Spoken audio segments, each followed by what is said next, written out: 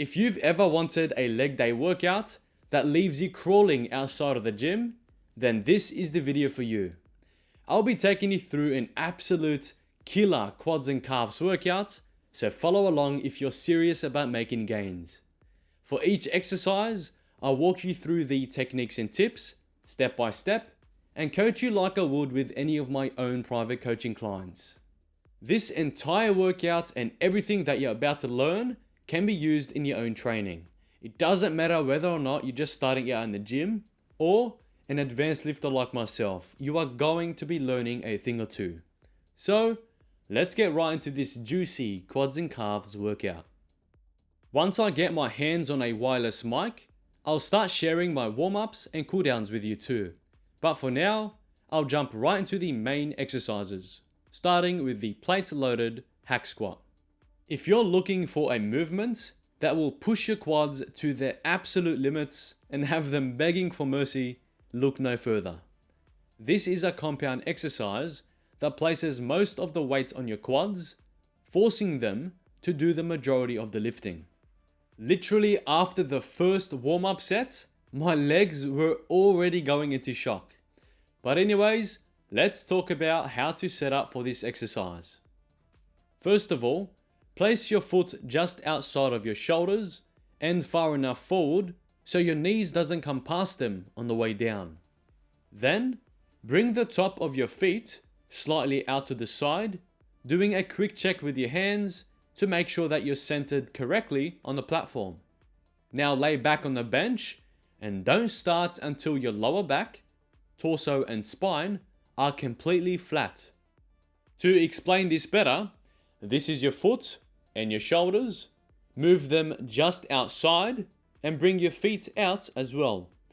Now lay down with your entire back nice and flat on the bench. Only after following these steps, you can now unlock the handles.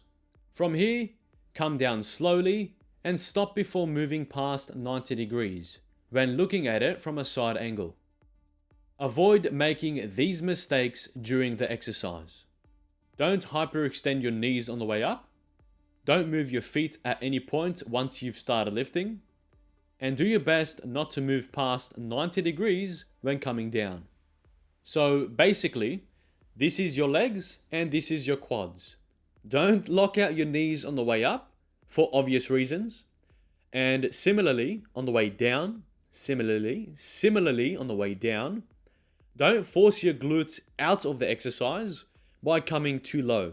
Your knees and your quads will not be happy. 2 more quick tips.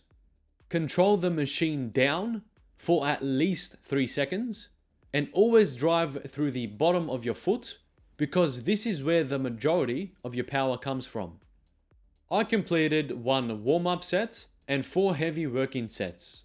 The tempo was slow and consistent with the occasional pause, and the reps were between 10 and 15.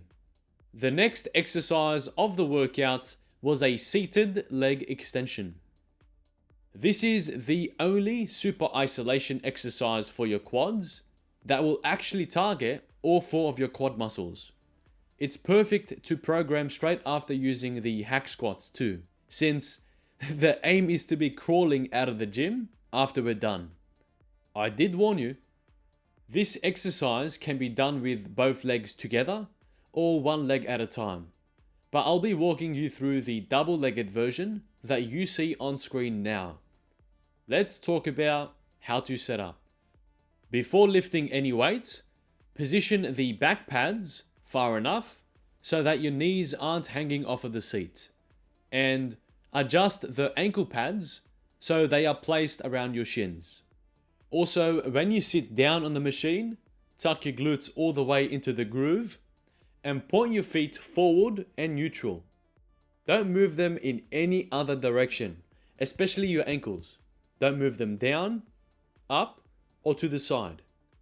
Now lay back and lean your upper back slightly forward to maximize the contraction in your quads.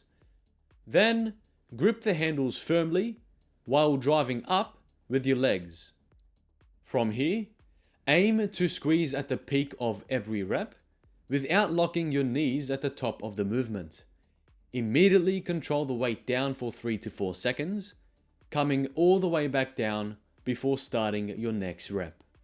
Avoid bouncing your knees or coming off of the bench at any point during the set. Really push yourself in this exercise. Don't half-ass it. When you think you're done, you definitely have more in the tank, trust me. Do at least 2 more reps before ending your set. I did 1 warm-up set and 3 heavy working sets. The reps were 10 to 20 with a massive drop set at the end from 95 kilos down to 45 kilos, finishing off with a long pause rep. Next up, we have an exercise not for the faint-hearted. This one is bloody hard, and even after 9 years of lifting, this hasn't gotten any easier. But that's why I love it, because I love a good challenge. It's called the elevated dumbbell static lunges. Now look, it was inevitable that a lunge variant was going to be part of this workout. It's a killer quad exercise after all. But this specific version takes everything to the next level by increasing the contraction on your thighs and glutes. You can either use plates to elevate your front leg or get creative like me in this example, where I'm using the deadlift platform to stand on. Now that's out of the way, let's talk about how to perform this exercise. Stand very wide with your legs spaced apart, making sure your front leg is at least positioned outside of your shoulder. Also, tilt your foot so it's in line with your leg and knee too.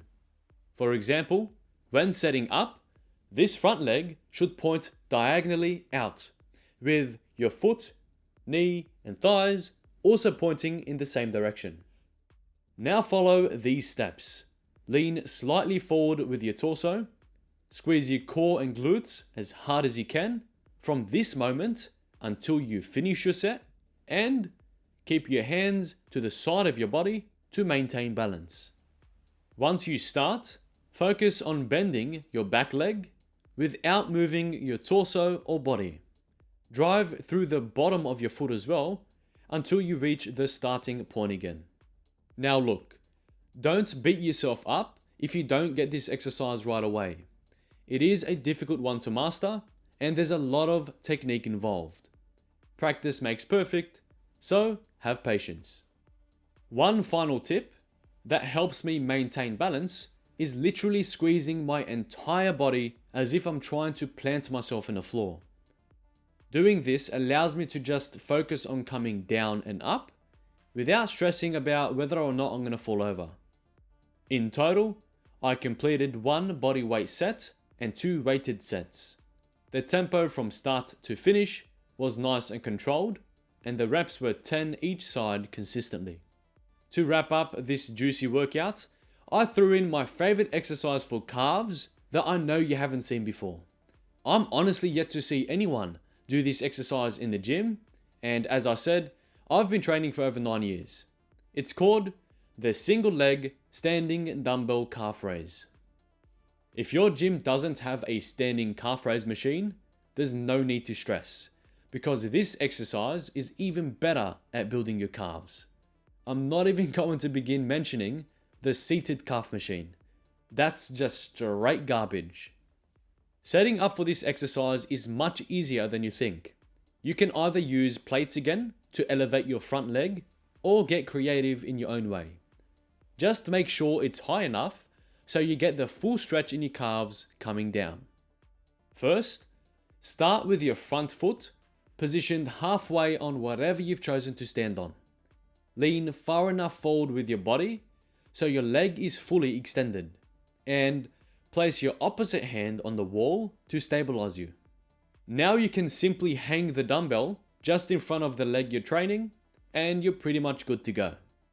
On the way down, focus on getting the full stretch in your calves before starting your next rep. At the top, you also want to squeeze and hold your calves before coming back down nice and slow. In total, I completed 3 sets each. The tempo is everything here. This isn't a race. Squeeze, hold, and control. That's the name of the game. Do 10 to 15 reps on one side before switching to the other leg. That wraps up the full quads and calves workout tutorial. I hope this video was able to teach you a thing or two that you can take and implement into your own training. If you did learn something, then comment below and I'll make more coaching videos like this one. Finally, if you need additional one-on-one coaching, you can find the links to my website down in the description below. While you're there, don't forget to leave me a thumbs up and slappity slap the subscribe button for a yearly supply of gains.